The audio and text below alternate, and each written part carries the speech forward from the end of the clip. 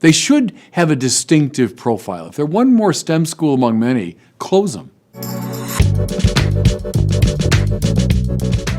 Hello everyone, I'm Joseph Dinesh, a Catholic commentator from Sydney, Australia. Today I want to discuss the Catholic upbringing of Caitlin Clark, one of the leading basketball stars currently playing for the Indiana Fever. What truly caught my attention was the grace and composure Caitlin exhibited amidst the racial controversies that emerged during her rise to prominence in her first WNBA season. Additionally, her humility when she was overlooked for the US basketball team competing in the Paris Olympics despite being one of the most recognizable figures in women's basketball. That was quite impressive.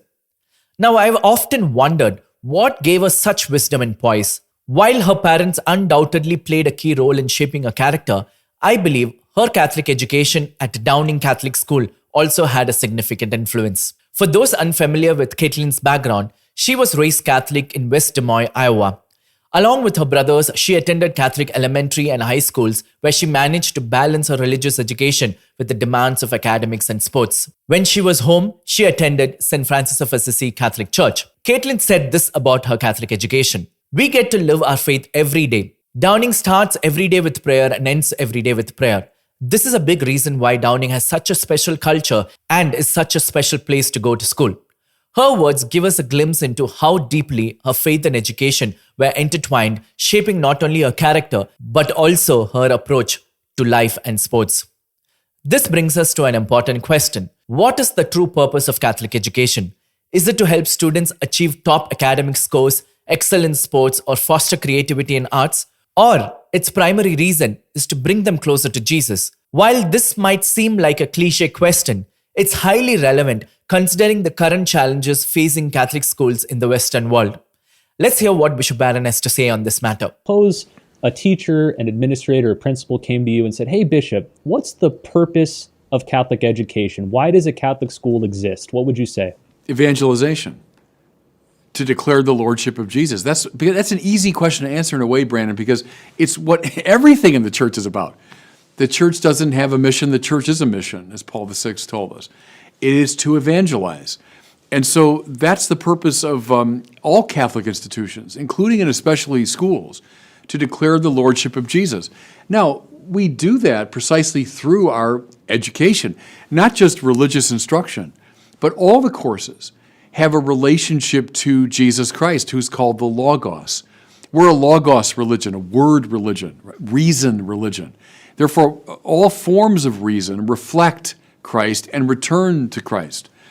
If you've given up on evangelization and you say, "I got an excellent school where we teach English and math and history and science," fine, but we don't need any more of those. I'll send a kid to a really fine public school that teaches those things. But a Catholic school evangelizes and evangelizes in relation to and through all those courses. I'll tell you a story from many years ago when I was back in Chicago, and I was invited to speak to high school principals in the Archdiocese, all Catholic schools. And I got to the meeting early, I remember, and I sat in as they were talking about, they were asked each to get to the microphone and say, "Here's one really good thing about our school." And I was there for almost the whole session.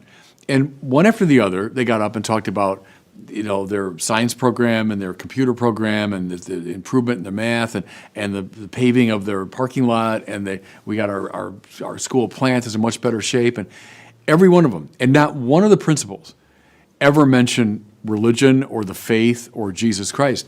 And I remember I got up, which is guaranteed why I was never invited back to speak to that group.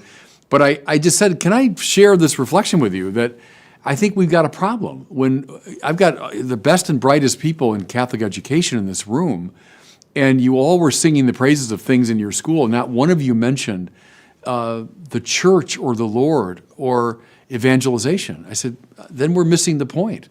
Then we don't know what we're about, finally." I've had arguments out here with school boards when I'll use the language of evangelization, and people say, "Well, if I do that, then we have to close our doors." And my answer is, then close your doors. If I don't need another STEM school. I mean, we got plenty of those. And but as a Catholic bishop, I want schools that proclaim Jesus Christ. Now, not in an overbearing way. I love the fact that we have non-Catholics in many of our schools. Terrific, terrific. They're great people to evangelize. We don't do it aggressively. We don't impose and all those good things. No one's calling for that. But that we have a clear Catholic profile agenda, that we're trying to bring people closer to Christ. Otherwise, we should close our doors. As Bishop Barron highlights, evangelization should be the central mission of every Catholic school. However, it should extend beyond just prayer, Holy Mass, and confession. Every subject taught should serve as a way to help students grasp God and His purpose for their lives. While there may not be a distinct Catholic mathematics, physics, or history, there is certainly a Catholic perspective on these subjects. For example, mathematics reveals the order and rationality of God's creation. Physics shows the laws governing the universe that reflect His wisdom, and history can be studied with a focus on God's presence throughout human events. In the following clip, Bishop Barron dwells into this concept further. Let's listen. A good friend of mine, Father John Muir, has a Catholic school down in Phoenix, and he begins the day. They can gather all the kids in this big kind of open courtyard area. It's Phoenix, so it's always warm. And he gets up on a little balcony and leads them in prayer every morning. The pastor of the parish leads all the school kids in prayer. Good. But then, Brandon, I want math teachers that understand how the truths of mathematics are reflective of a creator God who's imbued the world with intelligibility. As you know, one of the arguments for God's existence is the fruitfulness of mathematics, the practical fruitfulness of mathematics. Why does mathematics work? How come we can build bridges and we can build buildings and all that? It's because there's an intelligibility to the structure of reality, which mathematics reflects. Well, that comes from God. Otherwise, you're talking nonsense. And so I want a math teacher that understands that. I want a science teacher who's not caving in to the Galileo myth nonsense. It's not caving in to the, I guess I'm doing my science here and then faith is some wild fantasy over here. I want science teachers that understand the faith-reason rapport. I want English teachers that can introduce students to the great masterpieces of literature that open up the soul. Whether you're reading Chaucer or Shakespeare or Ernest Hemingway, I don't care what it is, the great writers are talking about the soul and its struggles and its deepest reality. I want them at all levels, history, to talk about the church's role in history, to talk about how God's providence is evident in the movement of history. So it's not like just, we have a religion teacher that takes care of religion, and then we have Mass once a month or once every 2 weeks. That's not enough. It has to pervade the whole place.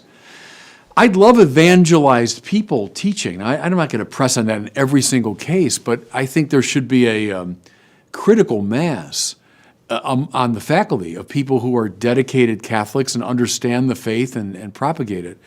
So that's what we need in our Catholic schools. They should have a distinctive profile. If they're one more STEM school among many, close them.